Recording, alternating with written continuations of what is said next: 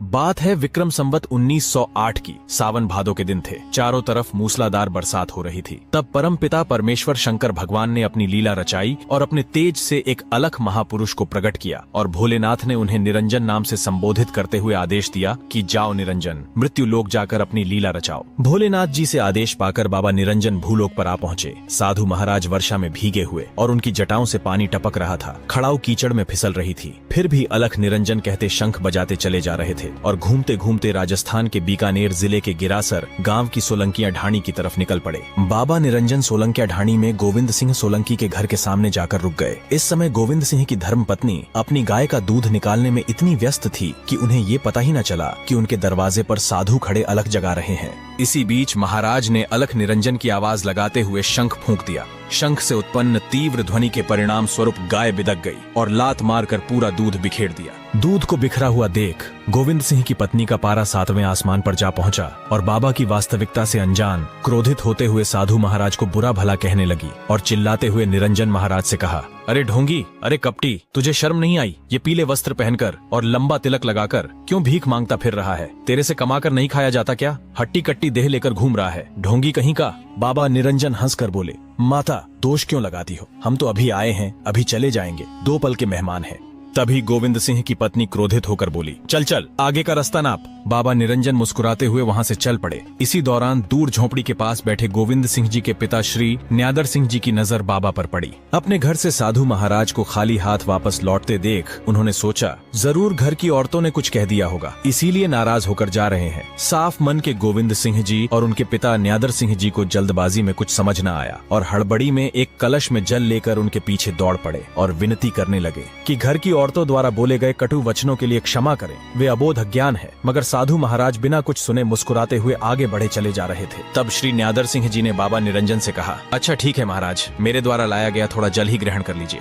जब बाबा निरंजन ने शीतल जल ग्रहण किया तो उनको थोड़ी ठंडक पहुंची। उन्होंने कहा, जाओ, तुम्हें क्षमा किया। तब गोविंद सिंह जी ने बाबा से निवेदन किया कि ऐसे नहीं, अगर आपने सच में हमें माफ कर दिया है तो कृपया हमारे घर पधारें और हमें आपकी सेवा करने का सौभाग्य प्रदान करें। इस पर बाबा निरंजन हंसने लगे और मुस्कुराते हुए गोविंद सिंह जी के साथ उनके घर की तरफ चल दिए। जिसके बाद बाबा निरंजन ने गोविंद सिंह जी को एक नाड़ी खोदने और एक नियम का पेड़ लगाने का आदेश दिया। आज्ञानुसार उन्होंने ऐसा ही किया। तत्पश्चात बाबा निरंजन ने वहाँ 12 महीने खड़े होकर तपस्या की। इसी दौरान गोविंद सिंह और उनकी धर्मपत्नी दोनों सच्चे मन से बाबा की सेवा में लगे रहे। एक दिन बाबा निरंजन ने खुश होकर गोविंद सिंह जी से कहा, मैं तुम्हारे इस सेवा भाव से अत्यंत प्रसन्न हूँ, मांगो तुम्हें क्या चाहिए, यदि आज राजपाठ भी मांगोगे तो मिलेगा। तब आंखों में अश्रु धारा भरते हुए गोविंद सिंह जी रो पड़े और बोले, महाराज, अन्न धन के भंडार भरे पड़े हैं, धन संपत्ति की मेरे पास कोई कमी नहीं है। यदि आप कुछ देना ही चाहते हैं तो मेरे घर कोई संतान नहीं है, तो कृपया मुझे एक संतान सुख का आशीर्वाद प्रदान करें। बाबा निरंजन ने तुरंत धुने से भभूति उठाई और गोविंद सिंह के समक्ष करते हुए बोले कि तुम्हें एक नहीं अपितु 4 संतान प्राप्त होंगी, 3 पुत्र और 1 पुत्री, मगर बदले में तुम्हें मुझे एक वचन देना होगा। तुम्हारे घर में सबसे पहले जो पुत्र जन्म लेगा उसे मेरी शरण में सौंपना होगा, उसे मेरा शिष्य बनाना पड़ेगा। वक्त आने पर अपने वचन से मुकर तो नहीं जाओगे? बोलो, क्या तुम्हें मंजूर है? गोविंद सिंह जी ने कहा, जी महाराज, मुझे मंजूर है। यह एक राजपूत का वचन है, जो कह दिया सो पत्थर की लकीर समझो। तब बाबा निरंजन ने तथास्तु कहते हुए भभूति गोविंद सिंह जी को सौंप दी और वहाँ से प्रस्थान लेते हुए बाबा निरंजन काली नाड़ी के जंगल में आ पहुँचे और इसी जंगल में एक स्थान पर अखंड तपस्या में लीन हो गए। समय का पहिया निरंतर घूमता रहा और ठीक 9 महीने बाद आखिरकार वो शुभ घड़ी आई, जिसका गोविंद सिंह जी और उनकी धर्मपत्नी सहित संपूर्ण परिवार को बेसब्री से इंतजार था। उनके घर आंगन में खुशियों की किलकारियां गूंज उठीं। बाबा निरंजन द्वारा दी गई भभूति से जन्म होने के परिणाम स्वरूप बालक का नाम भभूता सिद्ध रखा गया। भभूता सिद्ध जी के जन्मोत्सव पर पूरे गांव में आनंदमयी और खुशियों का माहौल छाया हुआ था, लेकिन ये खुशियां कब उनका दामन छोड़ देंगी कोई नहीं जानता था। पुत्र मोह में खोए गोविंद सिंह जी शायद अभी तक अपना दिया वचन भूले नहीं थे। भभूता सिद्ध जी के जन्म के उपरांत कालांतर में दूसरे बालक का जन्म हुआ, जिसका नाम शेर सिंह रखा गया। तीसरे बालक का नाम नाहर सिंह रखा गया और फिर कुछ समय उपरांत चौथी कन्या का जन्म हुआ, जिसका नाम सिंगरो रखा गया। भभूता सिद्ध जी के जन्म को 2 वर्ष बीते, 5 वर्ष बीते और 10 वर्ष भी बीत गए। इसी दौरान कई बार बाबा निरंजन गोविंद सिंह की ढाणी पर पधारे और उन्हें उनके द्वारा दिए गए वचन की याद दिलाई, किंतु पुत्र मोह में खोए गोविंद सिंह जी हर बार कोई न कोई बहाना बनाकर टाल देते। कभी बोलते कि भभूता अभी बहुत छोटा है, उसे अभी के लिए माँ का लाड प्यार मिलने दीजिए, तो कभी कहते अभी भभूता नादान है, उसे थोड़ी समझ पकड़ने दीजिए। शायद ये बाबा निरंजन द्वारा रची गई माया का ही परिणाम था जो उनको ऐसा करने से रोक रहा था, नहीं तो इतिहास गवाह है कि एक राजपूत शीश देकर भी अपना वचन पूरा जरूर करता है। बाबा का उद्देश्य तो कुछ और ही था। इसी दौरान भभूता सिद्ध जी महाराज ने अपने बाल्यकाल में कई बाल लीलाएं रचाई। इसी प्रकार 17 वर्ष बीत जाने के बाद भी जब गोविंद सिंह जी ने अपना दिया वचन पूरा नहीं किया, तो एक दिन क्रोध में लाल नेत्र लिए बाबा निरंजन एक बार फिर से गोविंद सिंह जी के द्वार पर पधारे और गोविंद सिंह जी को फटकार लगाते हुए कहा, तुम अपने द्वारा दिए गए वचन पर अडिग क्यों नहीं हो? तुम अपना वचन पूरा करने से पीछे हट रहे हो। हम अगर देना जानते हैं तो लेना भी जानते हैं। तुमने अगर अपना वचन पूरा नहीं किया तो हम अपनी शक्ति से इसे अपने पास बुला लेंगे। बाद में तुम्हें बहुत पछतावा होगा, तब हमें दोष मत देना। घबराए हुए गोविंद सिंह जी थरथराते होंठों से बोले, महाराज बस थोड़ा समय और दे दीजिए, मैं भभूता सिद्ध की शादी कर दूं, फिर आपकी अमानत आपको अवश्य ही सौंप दूंगा। बाबा निरंजन क्रोध में बोले, ठीक है, किंतु याद रहे इसके पश्चात मैं नहीं आऊंगा। तुम्हें खुद इसे मुझे सौंप कर जाना होगा। अगर तुम इस बार भी अपने वचन से मुकरे और भभूता को मेरे पास ना पहुंचाया तो बाद में बहुत पछताओगे। इतना कहकर बाबा निरंजन वहां से प्रस्थान कर गए और इसी प्रकार थोड़ा समय गुजर गया और गोविंद सिंह जी ने एक बार फिर बाबा द्वारा दी गई चेतावनी को अनसुना कर दिया और फिर एक दिन किसी आवश्यक कार्य से गोविंद सिंह जी को 3 दिनों के लिए घर से बाहर जाना पड़ा। उनके घर का रेवड़ अर्थात पशुधन घर के बाहर खड़ा भूख और प्यास के मारे आवाजें दे रहा था। तब भभूता सिद्ध जी की माता जी ने भभूता सिद्ध को बुलाकर कहा कि बेटा, तुम्हारे पिताजी 3 दिनों से घर के बाहर गए हुए हैं, पता नहीं कब लौट कर आएंगे। ये रेवड़ 3 दिनों से भूखा प्यासा खड़ा बिलख रहा है। बेटा जंगल जाके इनको घास चरा ला, किंतु एक बात का ध्यान रहे, कभी भूल कर भी काली नाड़ी के जंगल में मत जाना, क्योंकि जंगल में काली नाड़ी के समीप एक खोखा खेजड़ा है जिस पर एक पीवना सांप रहता है। नाड़ी एक स्थानीय भाषा का शब्द है जिसे किसी तालाब या तालाब नुमा जल स्रोत के लिए इस्तेमाल किया जाता है। लेकिन आखिर पीवना सांप होता क्या है?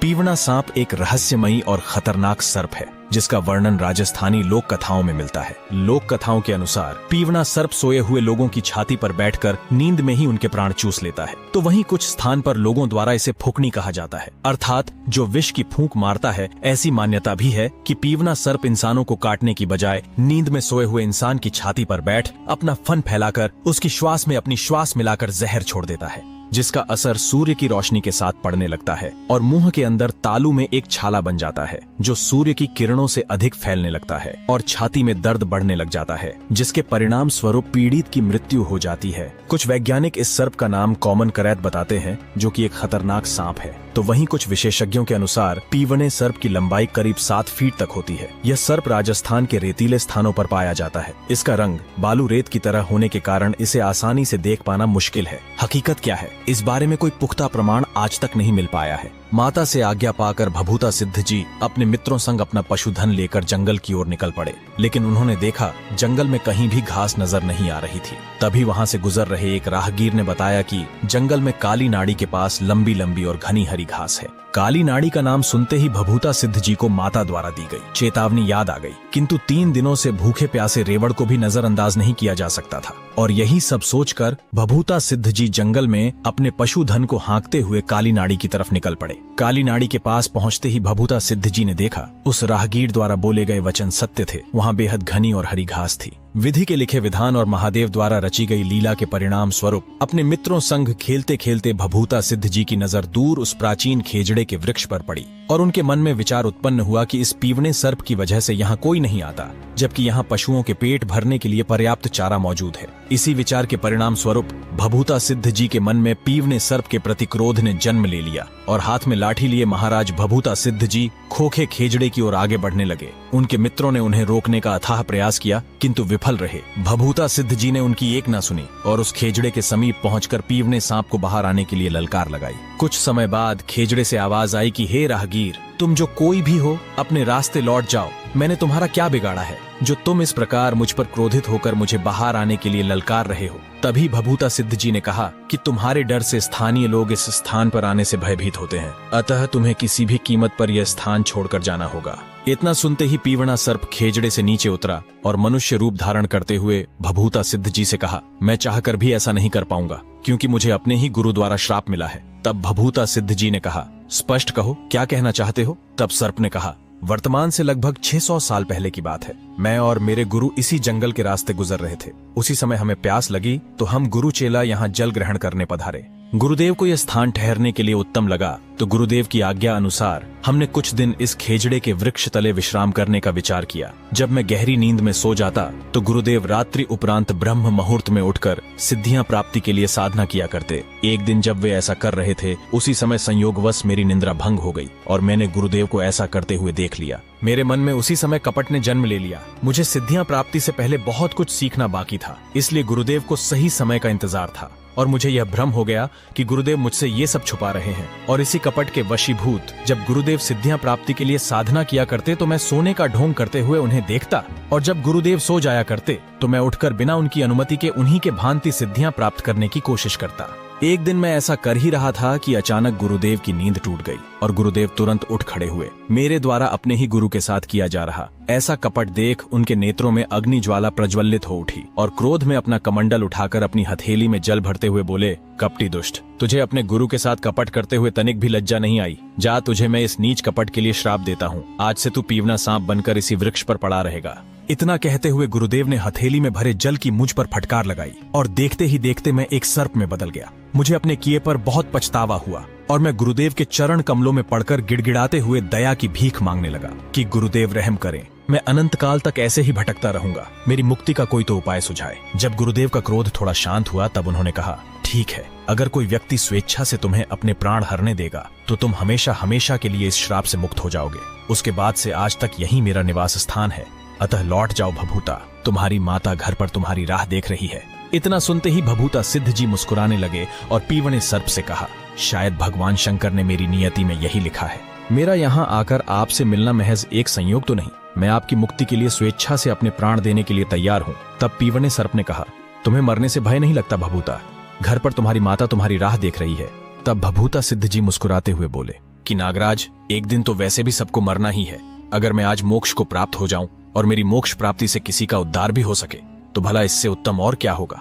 तब पीवना सांप समझ गया कि ये कोई आम व्यक्ति नहीं अपितु संभवतः ही कोई दैवीय पुरुष है जो यहाँ उन्हें इस श्राप से मुक्ति दिलाने आया है। भभूता सिद्ध जी को हाथ जोड़कर उन्हें धन्यवाद देते हुए नागराज ने उनकी इच्छा से उनके प्राण हर लिए और श्राप मुक्त होते हुए नागराज ने उन्हें आशीर्वाद दिया, जो भी सच्चे मन से भभूता सिद्ध जी की भक्ति करेगा उसे किसी भी प्रकार के जहरीले जीव कभी क्षति नहीं पहुंचाएंगे। जब साथ में आए मित्रों ने पीवने सर्प को भभूता सिद्ध जी के प्राण हरते देखा तो रक्षा करने हेतु उनकी तरफ दौड़ पड़े, किंतु अब बहुत देर हो चुकी थी। अपनी आखिरी बची चंद सांसें गिनते हुए भभूता सिद्ध जी ने अपने एक मित्र से कहा कि जाओ और मेरी प्यारी माता को तुरंत इस बारे में सूचित करो कि मेरी नियति को यही मंजूर था।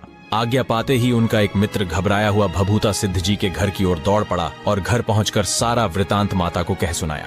इतना सुनते ही माता का कलेजा जैसे फट सा गया। रोती बिलखती माता भभूता भभूता चिल्लाते हुए काली नाड़ी की ओर दौड़ पड़ी। उनकी आंखों से बहती अश्रुधारा एकाएक रुकने का नाम नहीं ले रही थी, और लेती भी कैसे। एक माँ की ममता होती ही ऐसी है जिसको भगवान भी स्वयं से ऊपर का दर्जा देते हैं। जैसे ही माता भभूता सिद्ध जी के पास पहुंची तो देखा उनका देह अब ठंडा पड़ चुका था। उन्हें ये भलीभांति ज्ञात हो चुका था कि अब भभूता फिर कभी नहीं बोलेगा, किंतु एक माँ का हृदय यह मानने को तैयार न था और माता जोर जोर से रोते हुए लगातार भभूता भभूता पुकारे जा रही थी कि शायद उनका पुत्र अब तो उठेगा, लेकिन कहते हैं ना, होनी को कोई नहीं टाल सकता। उसी समय भभूता सिद्ध जी के पिता भी वहां आ पहुंचे और अपने पुत्र को इस अवस्था में देख दोनों पति पत्नी विलाप करते हुए स्वयं को इसका दोषी मानने लगे। माता कहती कि यदि आज मैंने भभूता को रेवड़ चराने नहीं भेजा होता तो आज हमारा पुत्र जीवित होता। तो वहीं गोविंद सिंह जी को एहसास हो रहा था कि ऐसा इसलिए हुआ क्योंकि उन्होंने अपना दिया वचन पूरा नहीं किया। अगर उन्होंने अपना वचन पूरा किया होता तो आज हमसे दूर गुरु के साथ ही सही भभूता जीवित तो होता। और इसी प्रकार शाम होते होते सोलंकी ढाणी के सभी लोग जंगल में काली नाड़ी के पास इकट्ठा हो गए, लेकिन अभी भी भभूता सिद्ध जी की माताजी पछाड़े खा खा कर रोती हुई बार बार बेहोश हो रही थी। तभी आकाशवाणी हुई कि स्वयं को दोष देना बंद करो, यही भभूता की नियति थी। इसमें ना तो तुम्हारा कोई दोष है और ना ही किसी और का। आखिर तुमने खुद का खोया ही क्या है, मैंने ही तो दिया था और मैंने ही वापस भी ले लिया। इसीलिए ही तो मैंने तुमसे वचन लिया था, फिर भी तुम्हारे साथ किसी प्रकार का अन्याय नहीं होगा। मैं तुम्हें वरदान देता हूँ कि तुम्हारे कुल में पीढ़ी दर पीढ़ी देवता जन्म लेंगे और भभूता सिद्ध का यही काली नाड़ी पर मंदिर बनवाओ और भादो सुदी छठ पर इसका मेला भरवाओ। ये परोपकारी पुरुष है। भभूता सिद्ध बढ़ते कलयुग के प्रभाव से ग्रसित दीन दुखियों के दुख दर्द दूर करेगा। और फिर आज्ञा अनुसार काली नाड़ी में भभूता सिद्ध जी का मंदिर निर्माण करवाया गया, जहां आज भी हर साल भादो सुदी छठ का मेला भरता है। भभुता सिद्ध जी के जितने भी भक्त हैं, उनकी वहां पर फेरी लगती है। और ऐसी मान्यता भी है कि जब तक कोई भक्त फेरी नहीं लगा देता तब तक उसकी भक्ति अधूरी रहती है। भभुता सिद्ध जी और ज्योतराम जी गोदारा से जुड़ी भी एक कथा प्रसिद्ध है और आस्था का केंद्र बनी हुई है। कालांतर में इसी स्थान पर भभुता सिद्ध जी महाराज सूक्ष्म शरीर धारण करके चंगोई के जंगल में गए, जहां उनकी मुलाकात पशु चराते हुए भनीण गांव के ज्योतराम जी गोदारा से हुई। ये कथा आप सभी को अलग से सुनाई जाएगी। आकाशवाणी द्वारा दिए गए वरदान के परिणाम स्वरूप कालांतर में गोविंद सिंह जी के ही कुल में एक और देवता प्रकट हुए, या फिर यूं कहूं कि महाराज भभुता सिद्ध जी का ही पुनर्जन्म हुआ, जो कि दीन दुखियों के दुख दर्द दूर कर रहे हैं, जिनके आशीर्वाद से सर्पदंश से पीड़ित व्यक्ति पूर्णतः स्वस्थ हो जाते हैं। सोलंकी ढाणी में आज भी जिनका स्थान बना हुआ है वो थे श्री नख्तबन्ना जी महाराज। नख्तबन्ना महाराज की कथा जानेंगे अगले भाग में। हमारा उद्देश्य किसी की भावनाओं को ठेस पहुंचाना नहीं है। अगर वीडियो में भूलवश किसी प्रकार की त्रुटि हुई है तो कृपया क्षमा करें। और आपको भभुता सिद्ध जी महाराज की कथा कैसी लगी हमें कमेंट के माध्यम से जरूर बताएं। धन्यवाद।